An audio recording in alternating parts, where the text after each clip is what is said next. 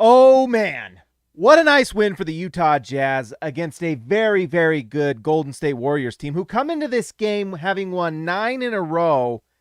It's probably the first statement win for the Utah Jazz all season, if we're being honest. It's been a drought for Jazz fans hoping to get this win. Let's talk about it. It's the Hoops Nerd Show. All right, let's talk about the Golden State Warriors, and let's just open this up and get started. This Warriors team is really, really good. They're really deep. They have talent across the board. Of course, we all know that Steph Curry is kind of the head of that snake, but they've got so many nice pieces. And we saw it at the beginning of the game where they can play. They have so many good defensive pieces, honestly. And then the ability to shoot the ball is pretty remarkable.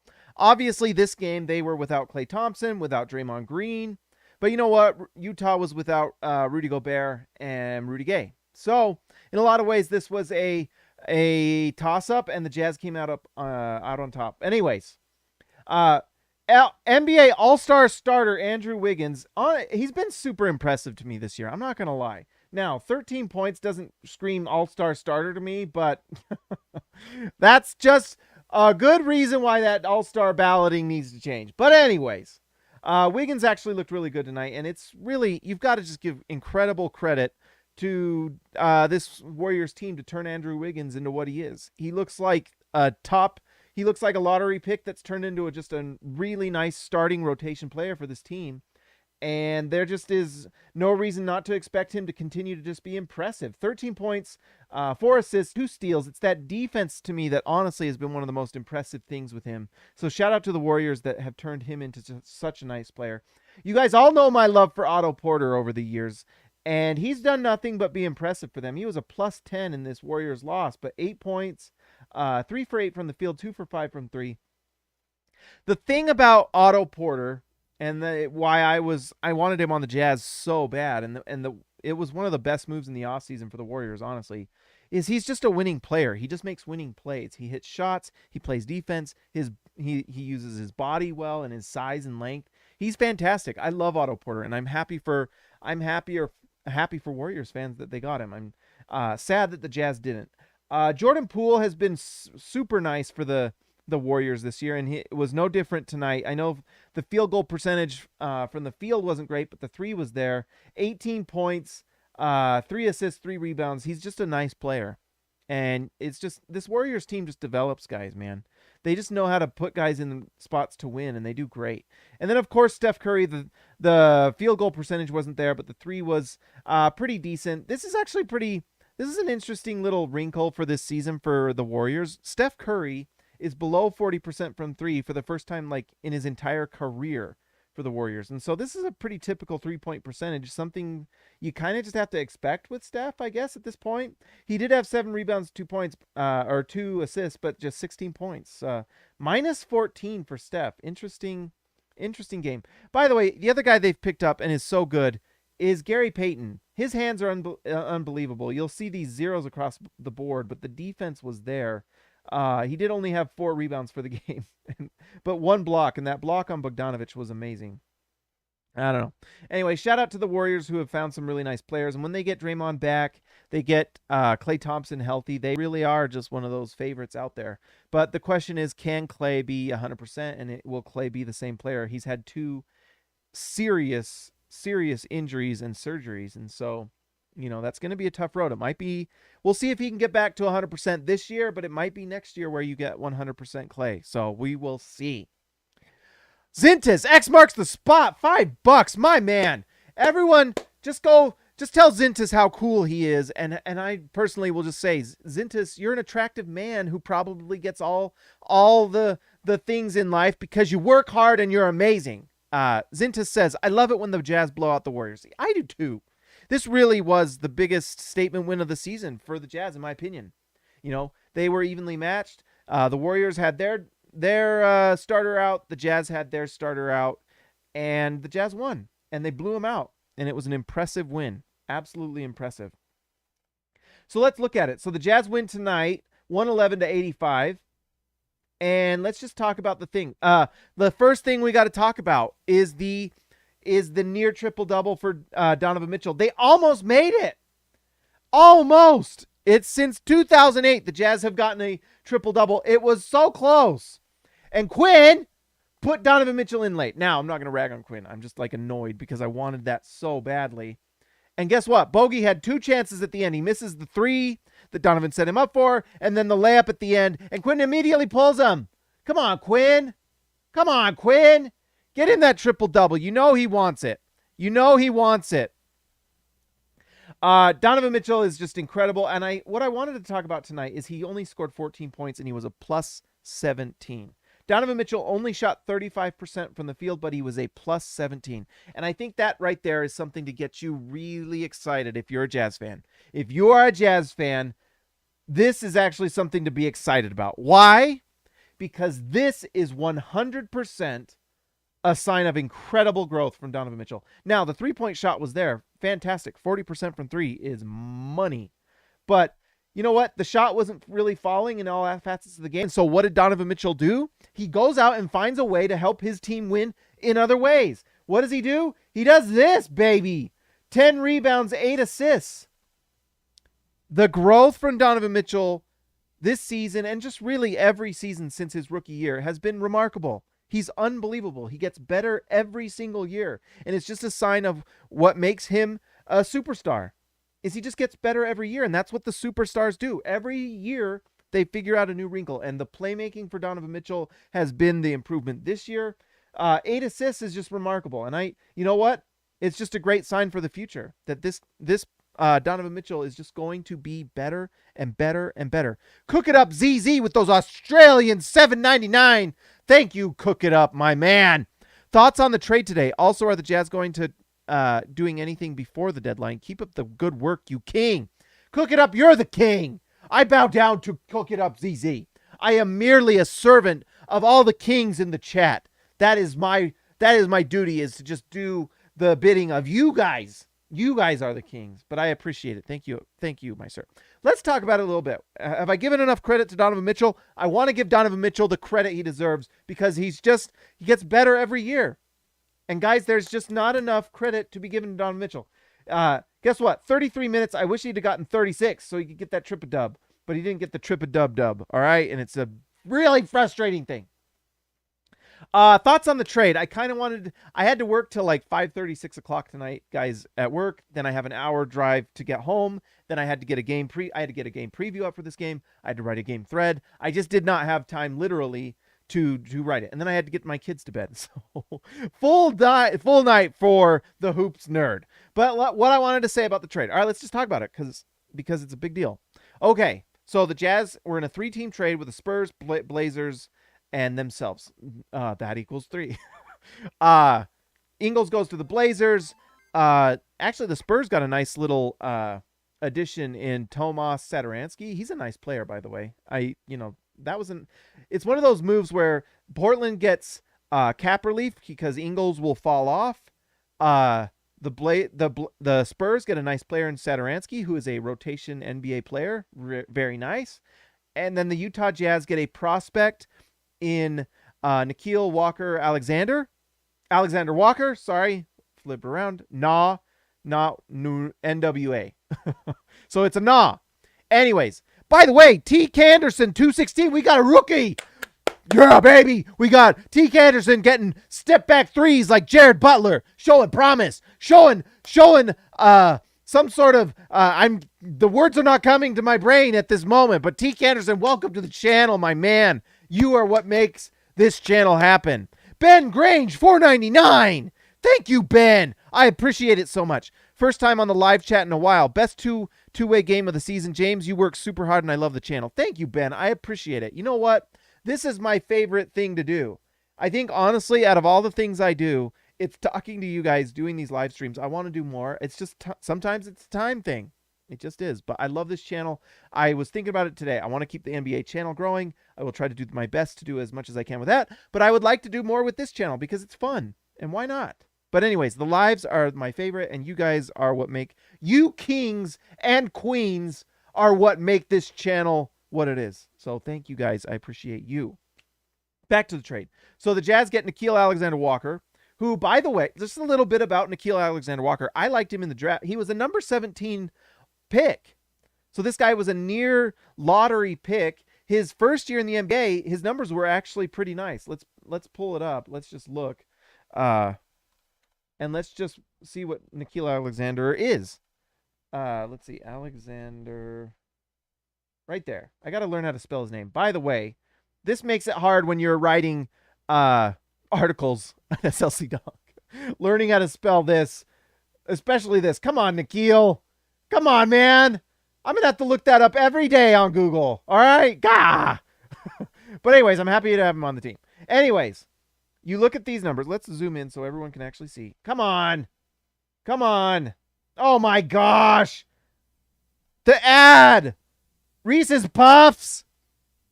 Gah! Anyways, so these are his first. Come on. All right, we're starting. This one's his first year. Stupid ad. Come on, man. Anyways, he plays 47. He's played these. Oh, dang it. It's back. Gosh dang it. Look at what they're doing to me. Anyways, this was his first year right here. He shoots 34% from three. People were excited about him, actually. He shot 45% from the field. His minutes have gone up every single year, but as you can see, the three-point percentage held 34-34. It went down this year. You can kind of expect him to do this. Now, what you'd like that to get at is like a 36% three-point percentage. That's just kind of league average, give or take. It might be around 37, but I think with the new ball this year, some of the things, I think that 36% is probably league average. That's honestly, when we're talking three-point shooters, when you want to know what a good three-point shooter is, go learn what the league average three-point percentage is.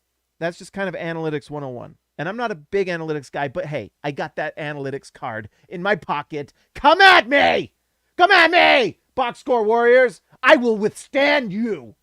Anyways, you want to learn what that league average is, and if you're a player at league average from three or better, you are a good three-point shooter. How far above league average you are makes you one of the elites. I don't know what we're at this year, but I can promise you 31% ain't it. But the guy has done 2 years of shooting 34%. So it tells you one thing. And one thing, one of my guys at SLC Dunk, I can't remember who it was, shout out SLC Dunk, go to slcdunk.com. The writers there are the best in the business. He is like, at one point, I think at this season, he's like a 40% catch and shoot three-point shooter. There's your analytics. The guy, when he gets a catch and shoot three, is very good. That's a great sign. You know what else is really great? Oh, stupid Reese's Puffs ads would not be in the way. Is this right here? Oh my gosh, this is going to make me crazy. 6'6", 205 pounds with length. He's got a positive wingspan. I think he's like 6'8", 6'9" wingspan. Solid. So you've got size and athleticism. And that is, this right here is, you know what? When the three-point percentages aren't right all that great, but you see that the games played are consistently getting more. And look, games started 1-13-19. That's a good trend. That means there are coaches that are trusting his defense, honestly, and his size. And here's the thing, some of these,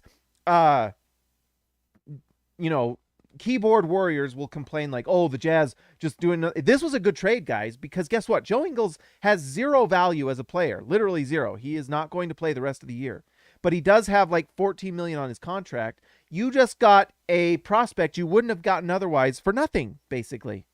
And they get Juancho Hernan-Gomez, probably one of my favorite names ever, Juancho. He's just salary filler. He's not good. But what that does is, what the Jazz did is they got a prospect and they got a player that fills the salary. The salary threshold for the Jazz, I don't remember exactly what it is, but let's say the salary cap is at $100 million. The Jazz are at like $120 million.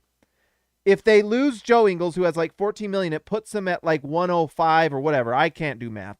But anyways, guess what? Just letting Joe Ingles' cap fall off, it helps Ryan Smith's pocketbook, but it does not allow the Jazz to replace him with anybody if you're over the cap. So if you want to replace Joe Ingles with something, you have to make a trade that fits within that thing. Juancho Hernan-Gomez salary plus Nikhil Walker-Alexander fits that threshold. Now the Jazz get a prospect that could be a reclamation project. Maybe they can turn him into something nice. If not, at the very least, the Jazz keep that threshold, and then they can trade Nikhil out. They could trade Walker-Alexander or Juancho Hernan-Gomez tomorrow. Tomorrow being the trade deadline. I think it's noontime. So tomorrow could be wild, guys. By the way, the Jazz might be done. Robert, Hall of Fame, $9.99. Robert, you're the man. You're showing up in yellow for gold because that's what we give to Hall of Fame guys like Robert Hall. $9.99. Thank you, sir. I appreciate it so much. You guys are amazing. Love that we beat them so solidly. Go Jazz. I agree, Robert. This was a statement win for the Jazz. Absolutely a statement win for the Jazz. So good. I honestly, I think this is the statement win of the year. It was national TV, ESPN, against the Golden State Warriors, who have won 9 in a row. This is no slouch of a team. Utah Jazz was without Rudy Gobert and Rudy Gay, two of their best defensive players. And so anyone who says, well, they didn't have Clay and Draymond, guess what? The Jazz didn't have their guys either. It was an even playing field, and the Jazz blew them out. It's a statement win, 100%. 100%. It was a great, great win. You know, and maybe the Warriors didn't have a great night, but I think the Jazz played the best defensive game tonight of the season, and maybe that's what we need to talk about now. This was the best defensive game of the year for the Jazz, and ironically, Rudy Gobert wasn't playing.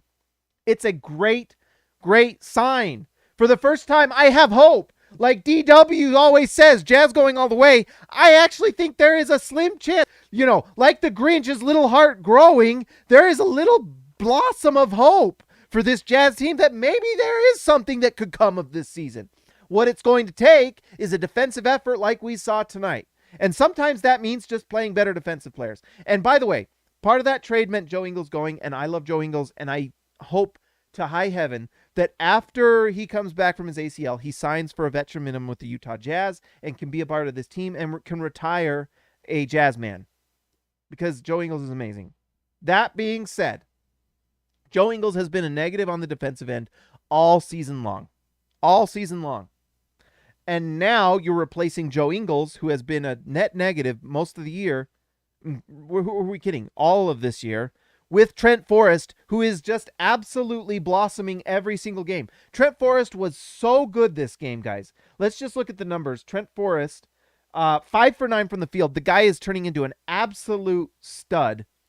0 for 3 from 3. I didn't realize he took 3 of them. But 5 for 9 from the field. So this is positive efficiency. He had 5 assists, 3 rebounds, and just incredible defense on Steph Curry. Steph Curry shot 5 for 13 from the field, 16 points. And guess who had the lion's share of defensive possessions on Steph? It was Trent Forrest.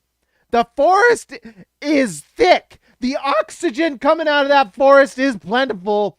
I am breathing easy from this forest's beautiful foliage. It is fantastic. The foliage. Let's just talk about the foliage. There's leaves. There's evergreens. It smells nice. The pine. Oh.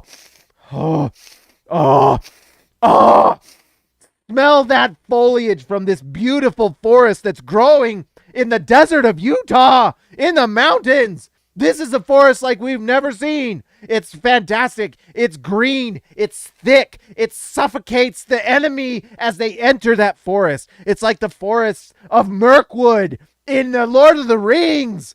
And Trent Forrest is an ant walking around squashing.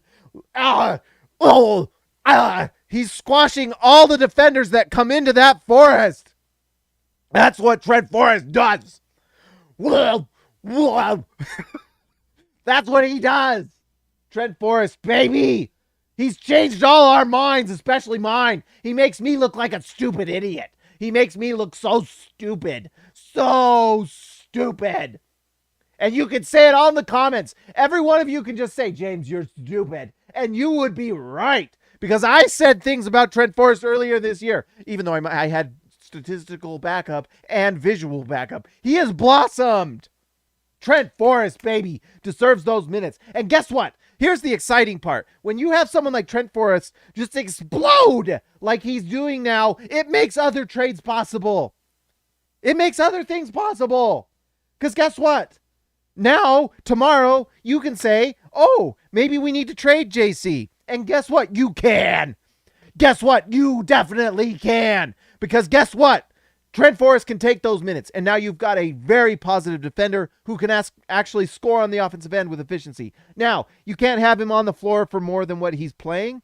Although he put in 22 darn good minutes tonight. 22 really good minutes. But anyways, you can have him on the floor, and then you're not worried about what happens when he's off. By the way, Daniel House is out there in the nether, and the Jazz need to send out a lasso and bring him back. Sign him after trade deadline. My prediction is after trade deadline tomorrow, you see Daniel House back on the Jazz, like lickety split. You know, guess what? I think the Jazz honestly have to trade. The Jazz need to trade JC because they need minutes for Trent Forrest and Daniel House.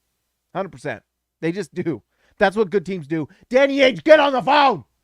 Danny Ainge, get on the phone. Get on the phone. Someone call Danny Ainge. Hello, Danny. Danny. Trade JC tomorrow. Do it. Do it. Trade him tomorrow, JC. Or Danny. I'm talking to Danny. I'm talking about JC. This is a legitimate phone call. Trade him. Trade him. Do it. All right. Can you tell I'm freaking hyped? This team has me believing more than I think I have in a long time. In a long time. The first time in a while. This season started with depression, and it wasn't seasonal depression. It was actual depression from watching the Jazz, hurting my feelings night after night.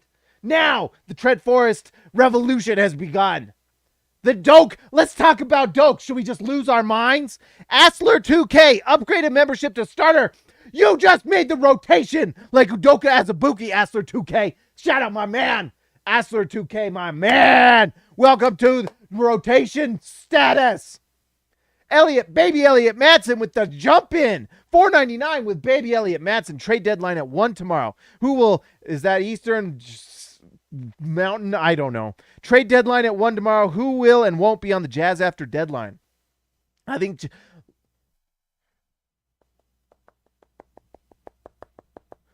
Danny, get that trade going, my man. Did I accidentally call someone?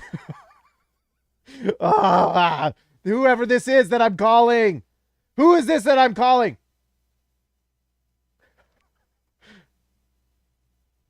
All right, they didn't answer. All right, JC is not going to be on the team tomorrow. He's not. Also, Juancho Hernan Gomez probably not on the team tomorrow. That's why we have not seen Juancho be welcomed. No welcome for Juancho. All right, Udoka Azubuike. Let's talk about the Doke.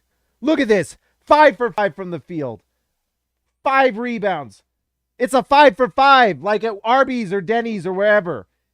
Bringing us that value. 11 points. And honestly, this -9, this was because of that start from the Warriors. It is not Udoka's fault that, Mike Conley missed those first 2 open threes. Luckily, Mike figured it out. We're getting the burps. Mike figured it out. And so, that was great. But this -9 is deceptive because this should have been an even bigger blowout if the Jazz didn't give the Warriors like an 8-point head start. By the way, the Jazz were so good tonight. They were like, look, Warriors, we'll spot you 8 points and then we're going to beat you. That's what we're going to do. Sorry, Warriors, you can't even beat us with an 8-point head start because boom, that's when they figured things out. Anyways, shout out to Doke who has figured things out. We went with Doke from like 2-3 months ago where he literally got like 2 or 3 seconds in the key calls in a game, which is something I've like never seen, where you're just like, Doke, my man, I support you. But when you're doing things like 3 seconds in the key on offense, like multiple times, I mean, this ain't junior Jazz, Doke. Come on, man. Anyways, he's gone from those types of mistakes to playing impressive, solid minutes against one of the top teams in the league, Golden State Warriors. Did anyone fear having Doke on the floor? I certainly did not. 1 block, 5 rebounds, 5 field goals. Quinn was scared and only played him 19 minutes, but part of that was because Hassan Whiteside was absolutely tremendous. Did we talk about Hassan Whiteside? Let's talk about Hassan Whiteside now. I'm going so fast I need to swallow my spit and remember to do it. Hassan Whiteside goes 4 for 5 from the field. There wasn't only one near triple-double tonight. The other one was Hassan Whiteside, who was 4 for 5 from the field. He almost missed it because of points, but he had 17 rebounds, 7 blocks, 9 points, the near triple-double with blocks. How crazy would it have been if the triple-double streak, the non-triple-double curse, trickle-double-burgle-buggle, if the non-triple-double happened tonight with a block triple-double? That would have been amazing. Of course, the Jazz are cursed, and it didn't happen. But someday, Someday it will. What we need is for Don to get those assists early in the game. You know, he got him tonight, the 7, and then like at the second half, like Bojan Bogdanovic was doing his best to not let him get it, but he almost got it. But anyways, let's see, who is on the Jazz? Hassan Whiteside, 17 rebounds, just phenomenal. And it's just a reminder that yes, Kenny, you have a blue ball. That came out wrong. Anyways, Hassan Whiteside, when he's out there and he is playing effectively, I just freaking derailed myself. What am I doing? But it's a reminder, when Hassan Whiteside is engaged and playing hard, he has one of the most impressive physical presences on the floor. He can absolutely protect the rim. He can block shots. He scares opponents. He is amazing, and he can do, I mean, honestly, everything you want from an impressive rim protector. It's what Hassan Whiteside is, and tonight he just showed it. And so when Hassan Whiteside is on the floor and doing what he did tonight, it just adds a level of dynamicism to the Jazz. It's incredible. It's incredible. Triple Wordle double. I forgot to do Wordle today. Is it too late? It's 11:46. Everyone's got to get off and do our Wordle. I forgot. Dang it.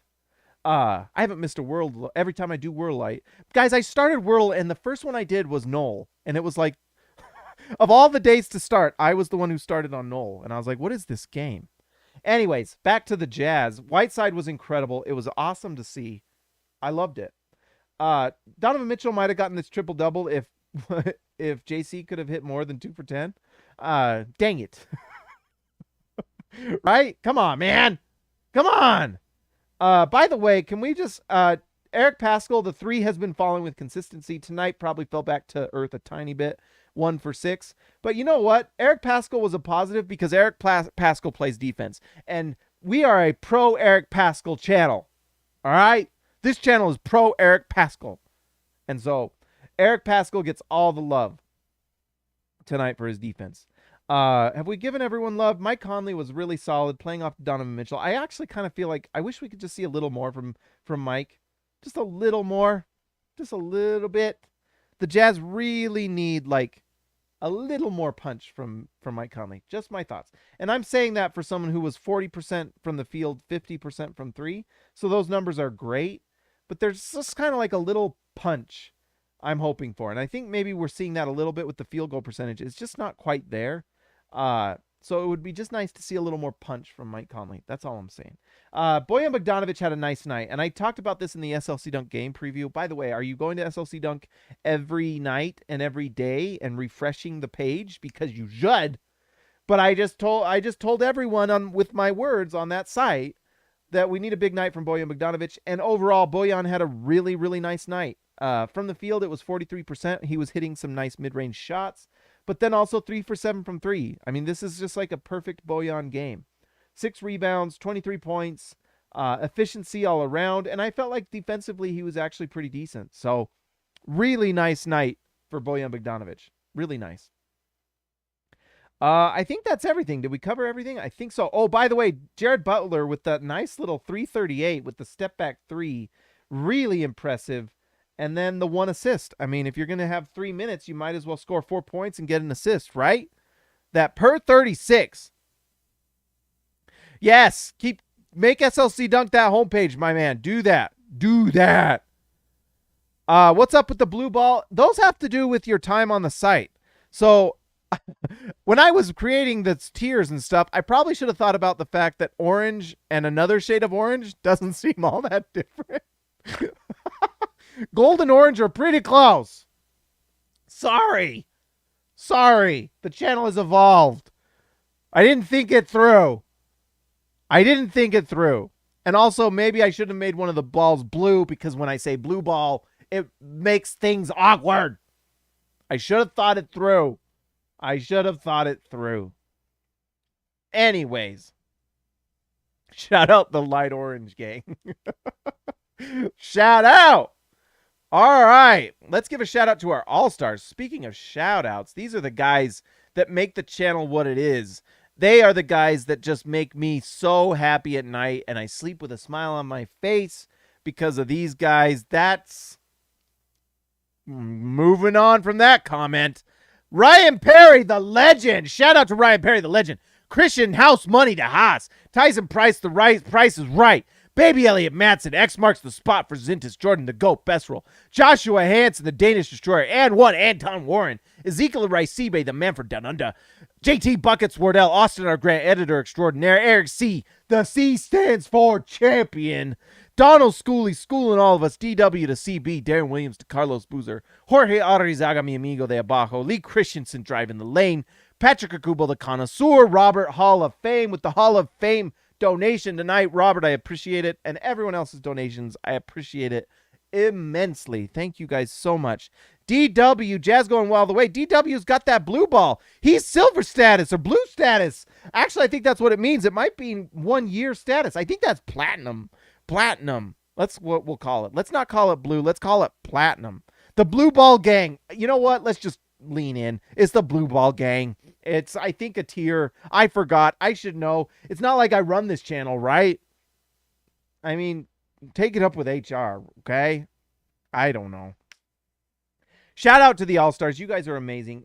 Guys, if you're new here, if you're a Jazz fan and you haven't subscribed yet, what are you doing? Subscribe to the channel. Hit that like button. Hit the little notification bell so you know when we go live, because the best part about this channel is the live streams. It's crazy how this channel has evolved over time. It's crazy how it's evolved. But you guys are amazing. All of you guys, live channel members, non-channel members, we love all of you. All are welcome. But I definitely appreciate everyone who supports the channel by joining, because it just makes it so I can keep doing this, you know? You guys really support the channel and make this thing possible, and we'll continue to grow. And it's because of you guys, and it's a blast. And you know what? I just had this thought while I was talking. Sometimes I talk and I have other thoughts going on. Surprise. What if we had one of these during a Jazz championship? Wouldn't that be the coolest thing ever, to do a live stream after a Jazz championship? Ooh, wouldn't that be crazy? But let's hope that happens. That would be great. But you know what? It would be because of all of you guys making it happen. You guys are the best. Like and subscribe to the channel. I will talk to you guys